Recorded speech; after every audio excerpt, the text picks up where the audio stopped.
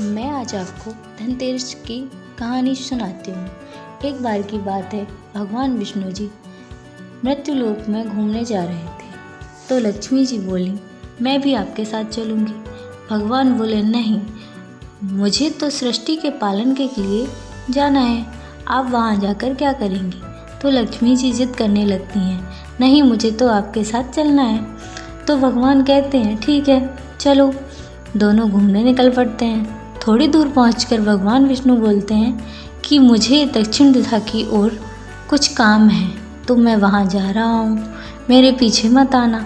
यह बोलकर भगवान वहां से चले जाते हैं और लक्ष्मी जी पास में ही खेत में सरसों के फूलों से अपना श्रृंगार करने लगती हैं और थोड़ी दूर एक गन्ने का खेत देखकर गन्ना खाने लगती हैं। इतने में ही भगवान विष्णु जी वापस आ जाते हैं और आकर के लक्ष्मी जी पर क्रोधित होते हैं कि बिना पूछे आपने गन्ना खाया है, इसकी भरपाई करनी पड़ेगी। और गुस्से में आकर वो उनको श्राप दे देते हैं कि 12 वर्ष तक उस किसान की सेवा करनी पड़ेगी जिसका आपने गन्ना तोड़कर खाया है। इतना बोलकर भगवान चले जाते हैं और फिर लक्ष्मी जी उस किसान के घर जाकर उसका घर धन धान्य से भर देती हैं और 12 वर्ष तक वहाँ रुकती हैं।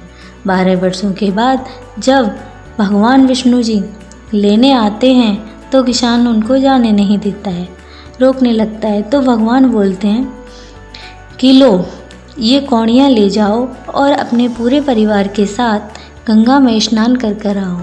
जब तुम स्नान कर कर नहीं आ जाओगे, मैं तुम्हारा इंतज़ार करूँगा। किसान चला जाता है। गंगा में स्नान करके वह कौड़ियाँ गंगा जी में डालता है तो वह क्या देखता है कि गंगा माता अपने हाथों से ही उनको ले रही हैं। अब वह परेशान हो जाता है कि कौड़ियाँ किसके हाथों में गई हैं और वह पूछने लगता है कि आप कौन हैं और हाथ किसके थे।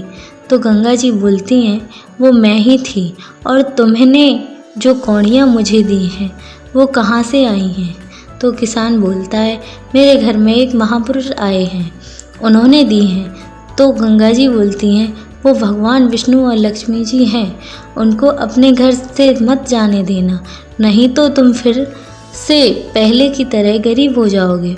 इतना कहकर गंगा जी चली जाती हैं और किसान दौड़ता दौड़ता अपने घर जाता है और बोलता है, आपको मैं नहीं जाने दूंगा।